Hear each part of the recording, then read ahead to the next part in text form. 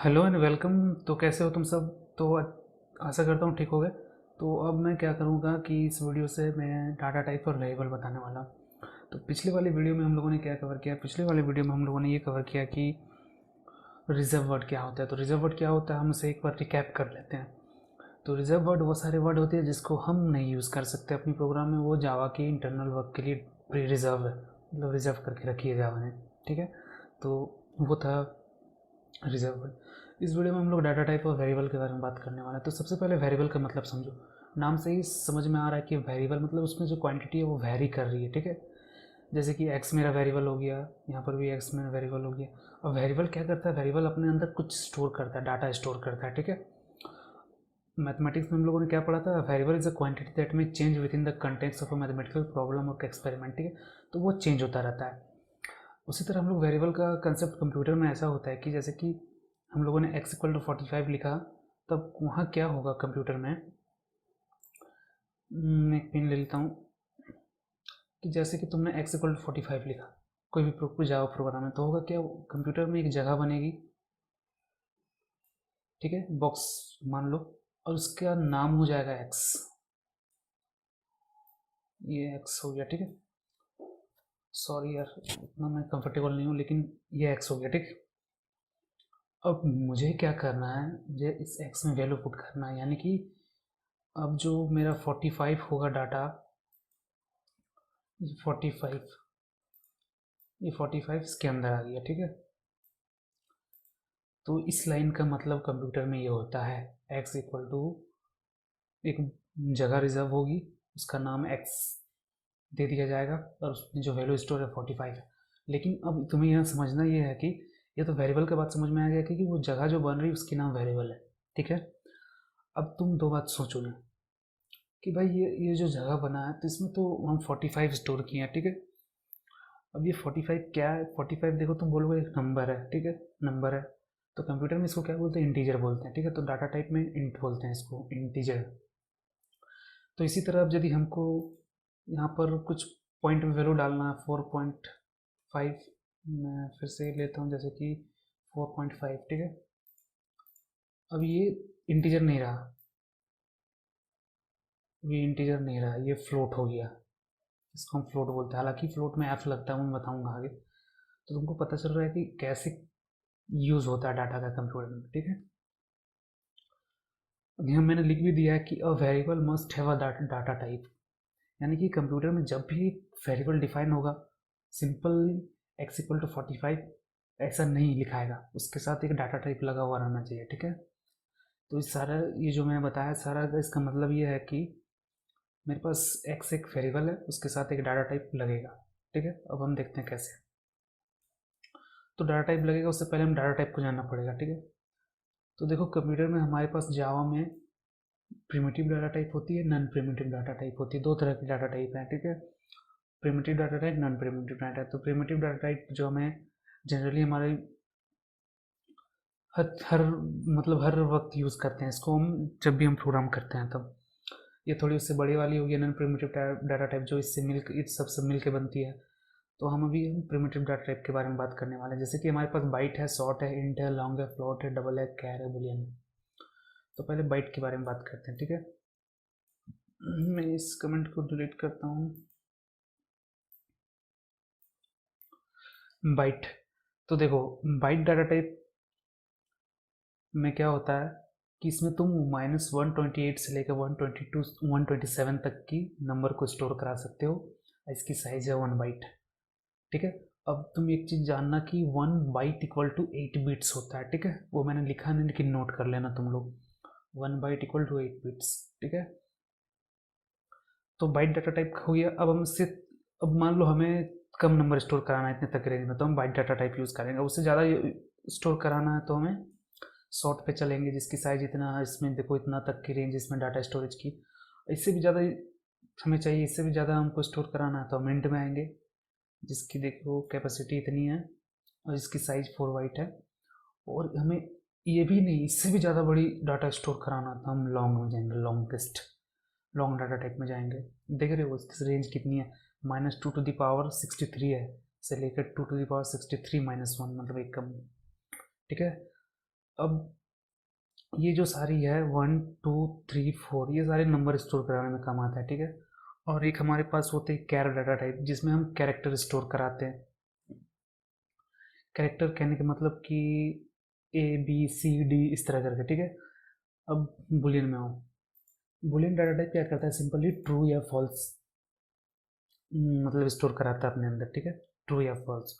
और एक data type हम लोग के पास होता है जिसको हम लोग बोलते हैं फ्लोट। तो फ्लोट डाटा टाइप क्या करता है, जैसे कि फ्लोट डाटा टाइप में हमें नंबर नंबर स्टोर कराना रहता है, ठीक है। तो जैसे कि 2.45.5 ले लो, और उसके साथ हमेशा पॉइंट के साथ हमेशा एफ लगाते हैं, ठीक है, फ्लोट में। अभी हम प्रैक्टिकल करेंगे तो हम देखेंगे कैसे क्या लगता है। फ्लोट में ऐसे होता है। अब हम देखते हैं कि वेरिएबल को डिक्लेयर कैसे किया जाता है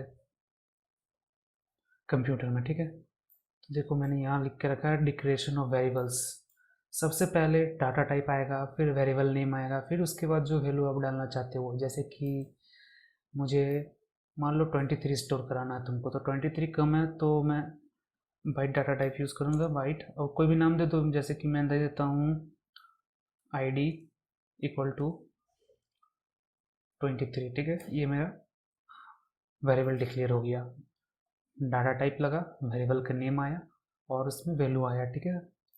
अब देखो, अब आप बोलोगे कि मेरे पास बाइट है, शॉर्ट है, लॉन्ग है, फ्लोट है, तो ये सारी जिस हिसाब से हमें नीड पड़ती है उस हिसाब से हम यूज़ करते हैं। जैसे कि कम चाहिए तो हम यही स्टोर कराएंगे। अब इसका एक एग्जांपल ले लो, जैसे कि तुम अब दुकान जा रहे हो सामान लाने, तुम्हें बस थोड़ी 1 किलो चीनी लानी है। अब 1 किलो चीनी लाना तो तुम एक पूरा बोरा तो लेके नहीं जाओगे, तुम्हें बस हाथ में एक थैला ले लोगे, उसी में तुम्हारा चीनी आ जाएगा। उसी तरह क्या होता है कि तुम्हें एक यदि छोटा नंबर स्टोर कराना है तो तुम बाइट का यूज़ करो, छोटे मोट का इतना यूज़ करके मेमोरी वेस्टेज क्यों कराना है, ठीक है।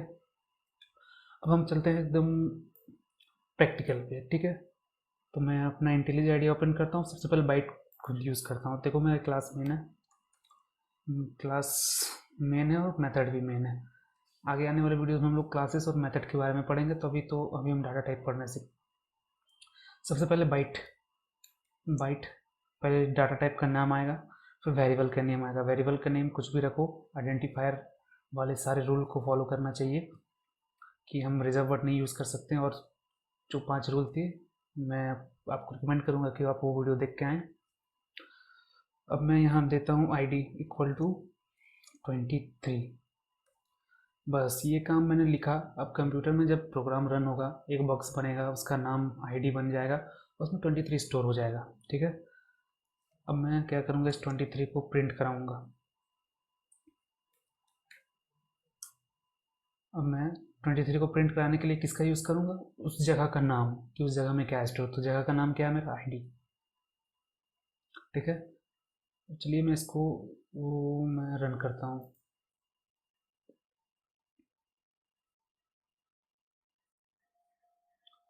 तो जैसे मैंने इसको रन किया 23 यहाँ प्रिंट हो गया, ठीक है। तो ये था हम लोग के पास बाइट। अब मेरे पास है क्या, सॉर्ट। तो हम लोग data type sort ID, ID पहले से तो ID हम नहीं रख सकते। अब हम यहाँ दूंगा मैं नंबर, ठीक है। और इसमें मैं दूंगा 2 4 5 6 7 8। अब देखो ये एरर क्यों आया, अब तुम अपने से दिमाग लगा सोचो ये एरर क्यों आया। तो भाई एरर इसलिए आया, तुम सिंपली कर्सर को यहाँ ले जाओ, रिक्वायर्ड टाइप सॉर्ट, अब हमने दे दिया है इंट। ऐसा इस एरर इसलिए आया है कि तुम सॉर्ट की साइज़ देखो, इतना से ज़्यादा वैल्यू नहीं लेगा, इससे ज़्यादा वैल्यू लोगे तो वो चला गया इंट में। तो उसके लिए तुमने वहाँ sort variable use, data type use किया और वहाँ तुमने इंटीजर दे रहा, तो ये तो गलत है ना। तो तुम्हें सिंपली इसको ठीक करने के लिए इसकी वैल्यू को कम करना पड़ेगा, ठीक है। देखो चला गया एरर। अब हम इस सिंपली इंट लेंगे, int roll number equal to, देख रहे हो मैं इतना तक की डाटा स्टोर करा सकता हूँ। एरर इसे क्योंकि हम लोगों ने इसको लॉन्ग दे दिया, मतलब हम लोगों ने लिमिट का रेंज को पार करके, इसलिए इस एरर दे रहा है। कम कर देते हैं, देखो ठीक हो गया। अब हमारे पास है इंट हो गया फ्लोट मेन है। जैसे कि मुझे कोई पॉइंट में स्टोर कराना, तो मैं फ्लोट लूँगा, पॉइंट नाम दे देता हूँ और इसमें जैसे कि 45 मैंने दे दिया तो देखना ये एरर देगा। अच्छा एरर नहीं दे रहा क्योंकि वो ऑटोमेटिक कंपाइलर इसमें 45 लगा लेगा, लेकिन हम लोग तो देख लेते हैं रन करके एरर दे रहा है कि नहीं दे रहा। मुझे लगता है एरर नहीं देगा क्योंकि ऑटोमेटिक टाइप कास्ट कर लेगा अपने आप को। देखो कंपाइल हो गया, एरर नहीं दिया क्योंकि इसने अपने आप टाइप कास्ट कर लिया ऑटोमेटिक। तो बात की बात है, तो यहाँ मैं जैसे कि 40.5 लगाया, ठीक है। अच्छा अब एरर आया, ठीक है। अब मैं इसके एरर ये इसलिए आ रहा है क्योंकि यहाँ कंपाइलर ने मतलब ये जो इंटेलिजेंस है इसका, इसने डिटेक्ट किया कि पॉइंट आया, तो इसके पॉइंट के साथ एफ लगाना जरूरी है। देखो चला गया। तो फ्लोट डाटा टाइप हम लोगों ने देख लिया। अब हम देखते हैं Boolean.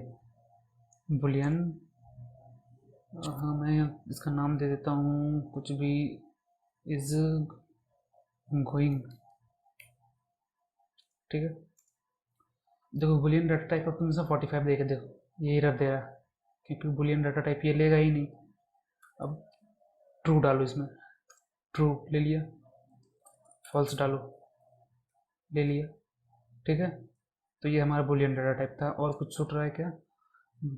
Bite, short, int, float, boolean, 2 3 4 5 देख लेते हैं। कैर छूट रहा है, ठीक है। तो जैसे कि कैर है हमारा, कैर डाटा टाइप नाम दे देते हैं सिंबल। अब सिंबल नाम दे दिया मैंने। अब इसको वो ऊपर वाला जो कॉमा है मैं नाम नहीं जान रहा, लेकिन उसमें हमें स्टोर कराना है डी। बस ये काम है हमारा कैर का, एक कैरेक्टर स्टोर करेगा डी। इसको प्रिंट करते हैं सिंबल।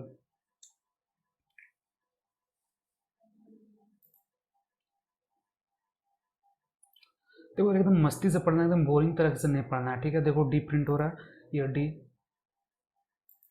अब दूसरी वीडियो में देखोगे तो यार तुम्हें इतना कंफ्यूज कर देंगे कि क्या बोलोगे।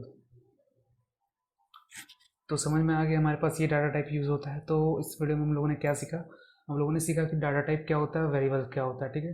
तो अगली वाली वीडियो में हम लोग डाटा टाइप के जो आगे वाले कंसेप्ट है वो पढ़ेंगे, ठीक है। तो इस वीडियो को यही ख़त्म करते हैं। तो अच्छा लगा तो यार लाइक कर देना, ठीक है। Thank you and